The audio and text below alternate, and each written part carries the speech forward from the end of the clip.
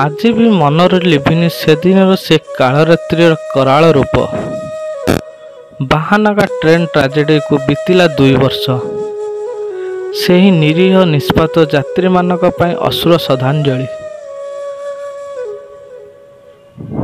ମାନେ ଆଜି ସେ ଦିନର ସେହି କାଳରାତ୍ରିର କଥା।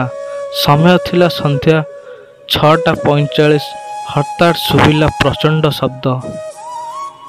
ସବୁ ହୋଇଥିଲା ଅନ୍ଧକାରମୟ।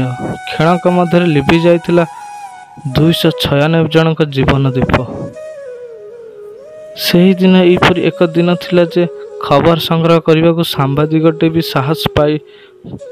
ସାହସ ପାଇ ପାରୁନଥିଲା। ପ୍ରତ୍ୟେକ ସେକେଣ୍ଡରେ ଯାଉଥିଲା ଅମୂଲ୍ୟ ଜୀବନ। ଆଜି ସେହି ଜୁନ୍ 2 ତାରିଖ।